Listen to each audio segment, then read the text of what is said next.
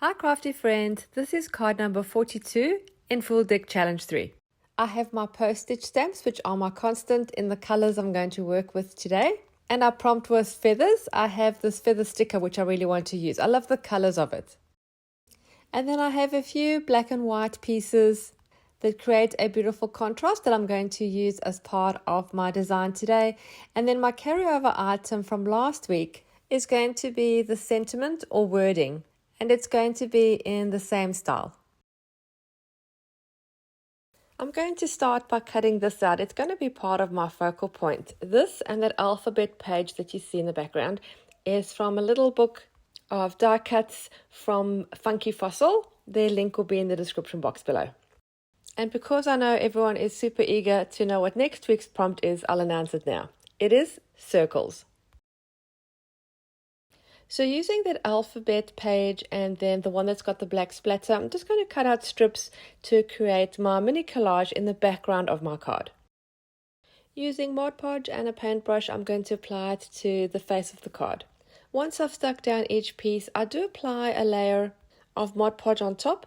And then also, even though it's alphabet, I don't put everything the right way, like the way you're going to read it. I put it upside down, sideways sometimes.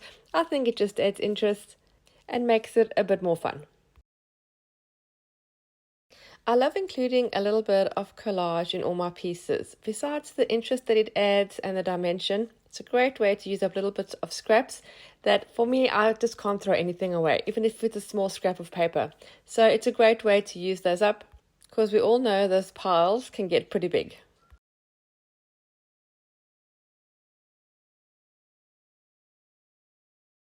And I'm happy so far. I've remembered to keep one corner open so we can see it's a playing card.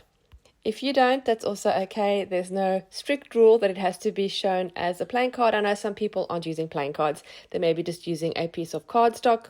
But for me, a challenge I put myself was to try and keep that open. Most times I succeed, sometimes I don't. So I've trimmed off all the excess collage pieces. You can tear this. I've just used the scissors. And now I'm going to add a little bit of white gesso. This is just to lighten everything and push it into the background. If I leave it bold like it is, my focal points will get lost. And I feel that everything will be quite flat and at the same tone. Lightening the background will allow the focal point to pop. And it creates different layers to my design.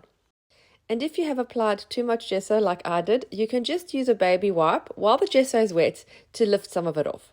You can see here that you can still see the design, but it is lighter.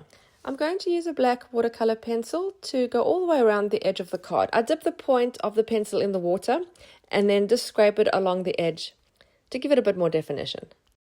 And I want to add a little bit more lightness into my background, so I'm going to apply some white splatter. I'm using my acrylic ink in titanium white for this. It's a subtle addition, but it adds to the overall effect. Now that my background is done, I'm just going to work on the focal point and all the other bits of my design. So I'm just going to lay things down and just see how they look and move them around until I find something that I like. It's never too late to join in the Full Deck Challenge. You can join at any time on any deck and with any card. If you wanted to join Deck 3, we do have a few small mini challenges within the challenge, which are all explained in the first episode of this series. And I will link that in the description box below. I'm going to stick down my stamps as I'm happy with their location. Again, I'm just using Mod Podge. It's on my desk. It's easy. And then I'm going to put this background piece. It also has the alphabet, which I really like. Oh, and if you're on Facebook, you can join my group there. Just search Full Deck Challenge Group. Once I placed my feather down, I felt it was a little bit lost by itself. So I wanted to see what other feathers I had that I could add to it just to make it a little bit more interesting. These are all just die cuts. And they are from the die cut book, Art by Marlene. I chose a pink one. I thought that went pretty well. And then I found a pink stamp to match. And I added some of it to the right where my other stamps are, just to carry that color over and to create balance. And then everything felt a bit heavy on the right with all the stamps, so I found another turquoise one to place on the right to create balance there too.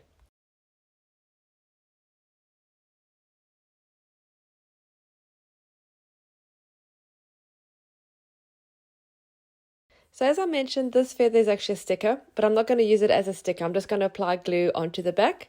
I feel it'll be more secure. So just sticking my feathers down.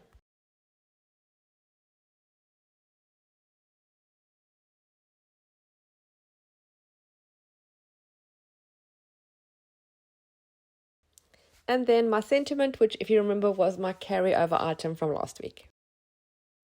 So at this point I felt I needed a little bit more of the pink to balance everything out. I've used the word balance quite a bit in this video.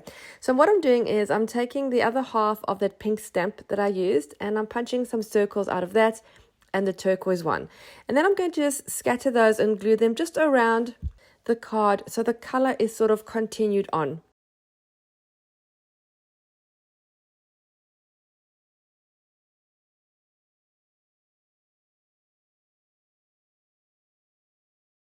I really hope you enjoyed this video with feathers, and I hope you were inspired to create your own and maybe even join in the full deck challenge if you haven't already. Don't forget to subscribe to my channel and hit the little bell so you're notified every time I upload new content. Thanks again for watching, happy creating, and I'll see you again soon. Bye!